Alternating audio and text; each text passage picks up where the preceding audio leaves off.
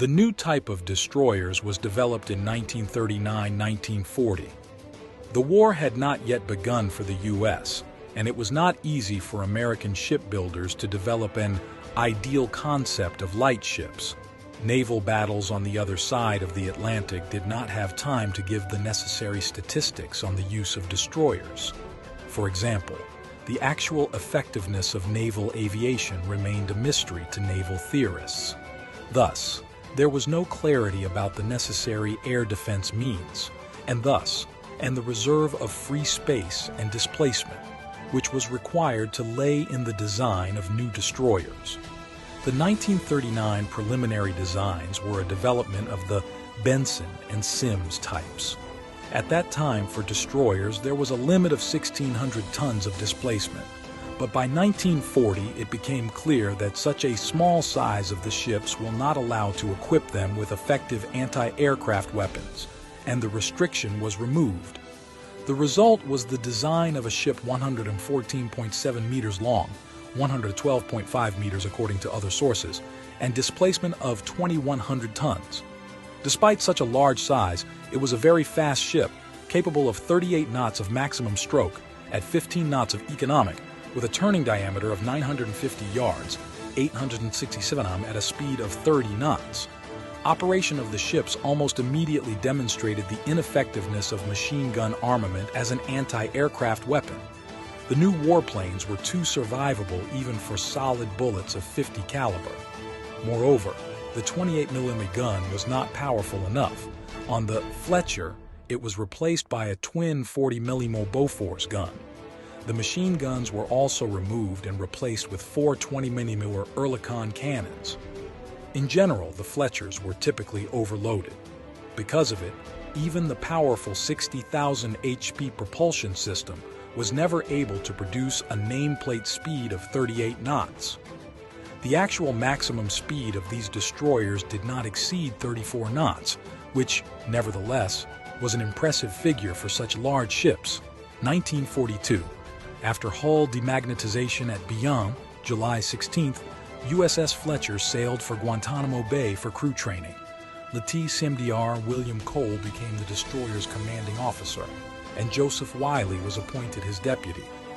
Fletcher first entered combat on October 30th while bombarding Cape Lunga Point on the north coast of Guadalcanal.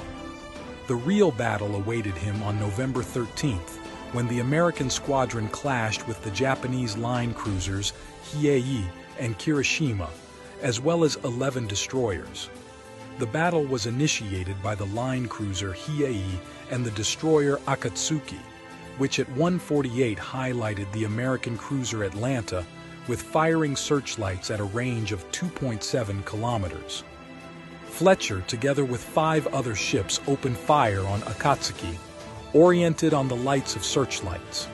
The salvos were successful, and soon the Japanese destroyer sank.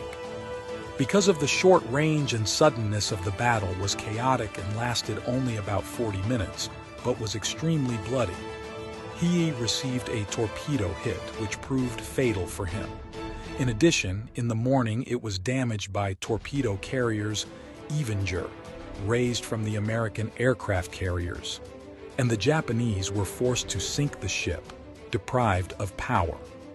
The honor of a successful torpedo salvo on the Japanese cruiser belonged to the destroyer Lafay, DD 459.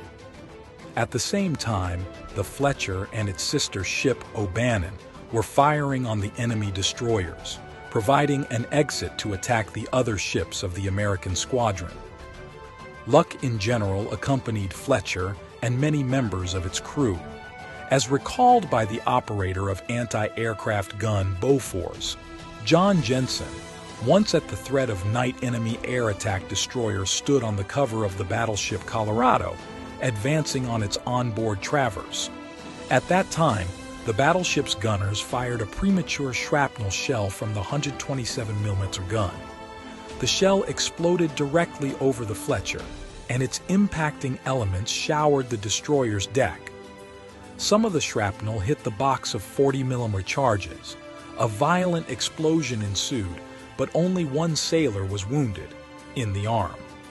In the morning, Jensen was horrified to find a hole in the deck only 30 centimeters from his battle station. A little more, and the shrapnel would have killed him on the spot. 1943. Bloody fighting continued in the Solomon Islands. The Japanese command, realizing the importance of hop-up and support airfields, ordered the establishment of an airfield at Cape Munda, New Georgia Island. To eliminate this threat, the command of Task Force 67 was allocated Tactical Group 67.2.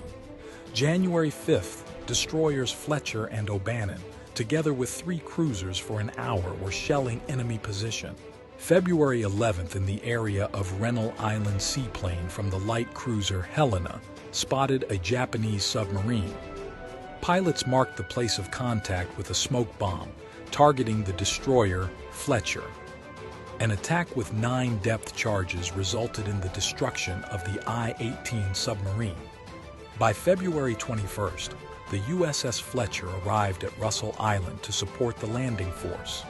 April 23rd, destroyer arrives in Sydney to undergo routine repairs, where it remains until May 4. Upon its completion, Fletcher was moved to San Francisco for major repairs and modernization. In spite of quite a successful battle fate, the ship was in need of repair due to minor damage and wear and tear of machinery.